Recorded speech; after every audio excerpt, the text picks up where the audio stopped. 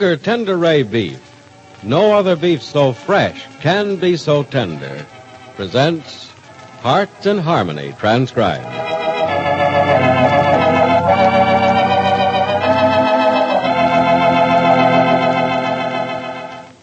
There's a truly wonderful day waiting for you and your family sometime in the near future. That's the day when you can once more treat your family to a grand and glorious dinner of fresh and tender Kroger Tender Ray beef. Now, we can't tell you just when that long-awaited day is going to arrive. However, we can say that we have hopes it will be soon. That's right.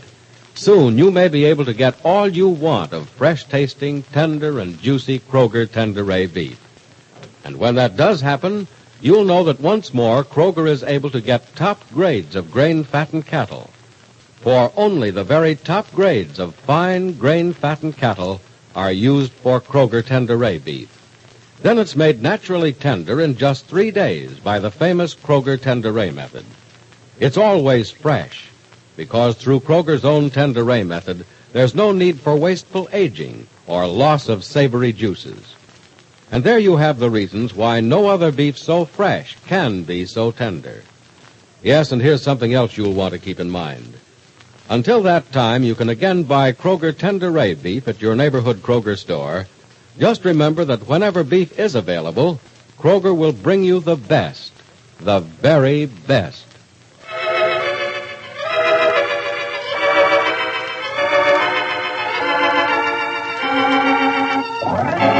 And now, Hearts in Harmony.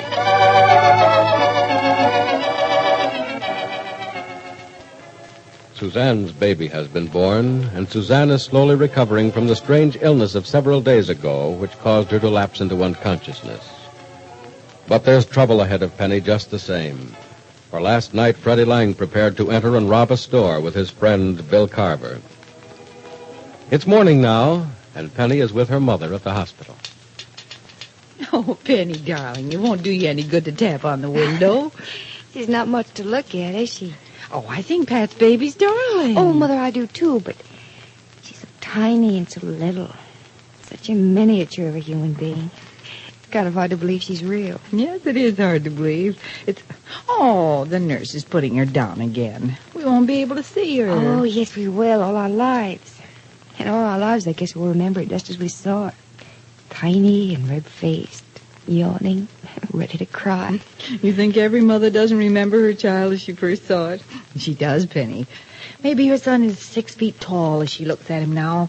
Tall, handsome, and broad-shouldered, with hands that are rough with use or dirty with work. But as she looks at him, she remembers him as he was. Tiny, helpless little thing with a hand so soft and small it scarcely made his way around her little finger. It's a shame babies have to grow up, isn't it? Oh, no, darling. We're born to grow up. Face troubles and have heartaches. Take the hurts. Penny, you're depressed. Why? No, I'm not, Mother. But you are. Come on, let's get away from the baby window and walk up the hall. All right. Honey, don't be unhappy about Pat's baby. Mother, I'm not unhappy about it. I'm thrilled as I can be. I think I've looked forward to this day almost as much as Pat and Suzanne have. In a way, their child's mine, too. I'm right. You don't have to keep the truth from me, darling. I'm telling the truth, Mother. I want so much for that baby. I hope that some way I'll be able to do things for her, to give her things that I wanted. Help her to do the things I haven't been able to do. There's nothing you want you can't still have, dear. Nothing you want to do that you can't still do. Isn't there? Well, you know there isn't. I hope you're right. I guess maybe you are. Of course. I know I'm still very young, but I still hope I can help Pat's little girl avoid the mistakes I've made. Mother, as I looked at her, I thought to myself, her slate's clean. She has no prejudice, no false pride, no mixed-up sense of values. If we could just grow up and remain as clear-thinking and open-minded as the day we were born, how much better off we'd be. Mm-hmm. Oh, here's Suzanne's room. Oh, shall we peek in and see if she's awake? You do, darling. I think I'll run on home if you don't mind. Oh, no, of course not. You cheer up, won't you? I'm cheered up, Mother. After all, I just became an aunt. And also a little morbid, too. No, darling. Just thoughtful. Maybe I went into things a little over my head. I hope I didn't upset you. No, darling, as long as you're sure you're all right. I haven't been happier in days. See you this evening? If you like. Well, if I'm coming over, I'll phone you first. Well, you needn't. We're not going anywhere tonight. All right, then I'll see you. Tell Suzanne for me that she should be a very proud mother, will you? Mm-hmm. And tell her I'll see her again tomorrow. I really have some things to do at home.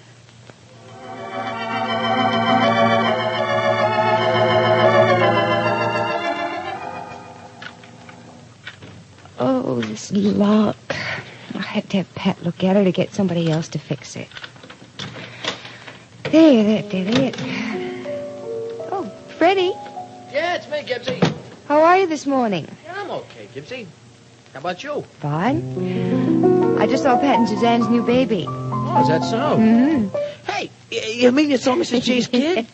She was born late last night. Well, what do you know about that, huh? Hey, what is it, Gibbsy? Guy or a dame? Oh, neither a guy or a dame right now, Freddie. It's a little girl. Oh, it's a dame, huh? Mm-hmm. Yeah, I bet she's a looker, though, huh? Ah, nah, them little kids, they don't look like so much besides old wrinkled-up prunes, do they? Not quite that bad, Freddie. I'll take you up and see her tomorrow if you like. Ah, no, thanks. I ain't much interested in dames. The size of her. Oh, Freddie, you know you'd like to see her. No, I think I'll wait until you bring her up home here. And then if I'm still around, maybe I'll take a look at her. What do you mean if you're still around? Nothing. I was just thinking that, well, maybe I might mosey along. See what's going on down the road. Freddie, you're not leaving Rossville. I don't want you to. And Professor Rogers won't allow it. You mean the New York cops won't allow it, Gibbsy? I know why you keep telling me I gotta stay here.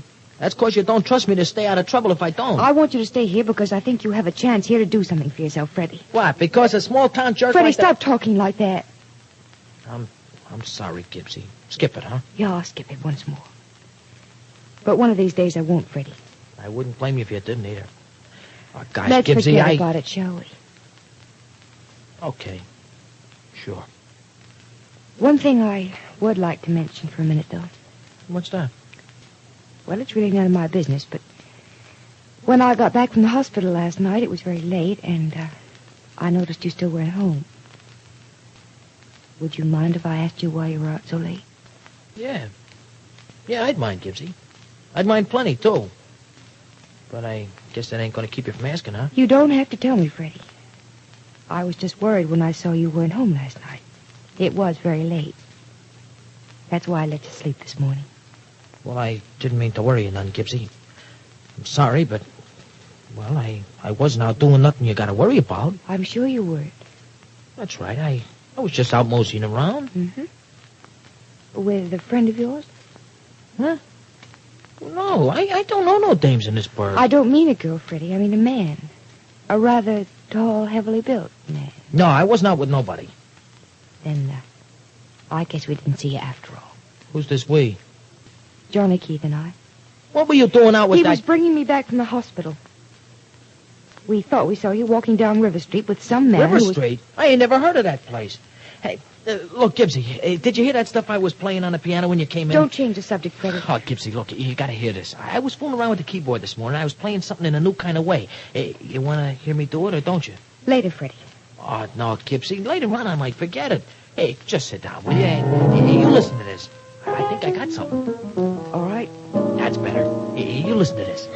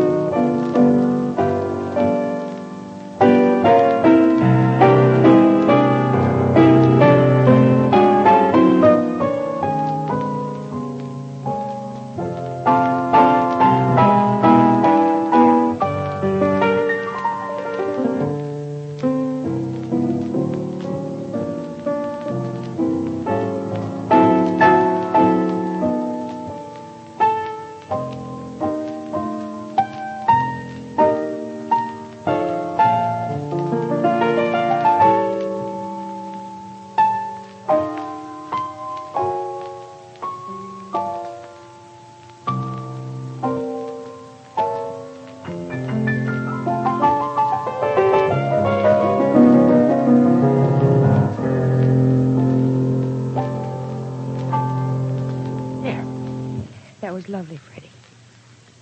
Now, tell me, what... The doorbell. I'll get it. Gibbsy, I think I'll mosey out for a while and get myself a lung full of air. No, you stay right where you are, Freddie. I want to talk to you. Okay. Just a minute. Oh. Captain Harlow. Good morning, Miss Gibbs. May I come in? Well, yes, of course. Thank you. You look as if you're on serious business, Captain Harlow. It isn't really bad, is it? I hope not. Oh, I see Freddy's here. Good. I'd like to talk to him, too. Well, let's go in the living room then. Thank you. I'll be very brief and to the point, Miss Gibbs. Hey, Gibbsy, will you get that copper out of here? I don't like his looks. Freddie? I don't like the looks of certain things either, Freddy. A man, large build, about 25, was found unconscious at the side door of a store on River Street early this morning. Saw somebody in Mexico. He found a peso. So what? This was found beside his body. That's so what? Body? You mean the guy's dead? No, he was unconscious. Still is. He was knocked unconscious by a blow on the head. If he dies, it's murder. Well, what are you yapping at me for? What's it to me if this guy kicks off or not? Because I think you were with him when he was struck. Look at this we found beside him. What is it? A ring. What does it look like? A ring? Gibbsy, what are you staring at me like that for? Nothing, Freddie. She's staring at this ring, Freddie, and at the initials on it, F.L., Freddie Lang. This is your ring. No. No, it ain't. Gibbsy, go on. Tell him it ain't mine. I can't, Freddie. I can't tell him what I don't know. Is it your ring? All right. All right, yeah. Yeah, that's my ring. But I don't know how it got to where this copper found it, Gibbsy. I tell you, I don't know.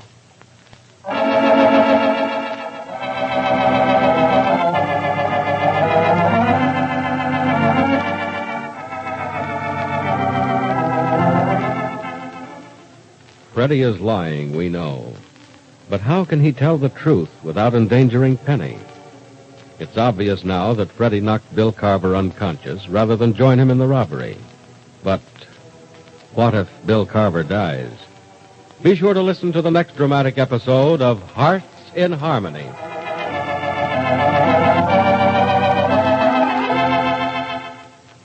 If you're tempted to ask your Kroger meat man when famous Kroger Tenderay beef will return, he'll tell you that it will be soon.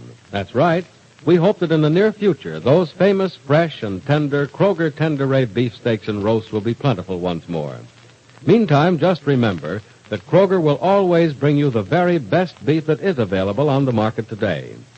You'll want to remember, too, that your Kroger store offers you a tempting selection of fine meats, flavorful seafoods, and plump poultry. What's more, they're yours at money-saving prices. So for the finest in foods, go to your neighborhood Kroger store.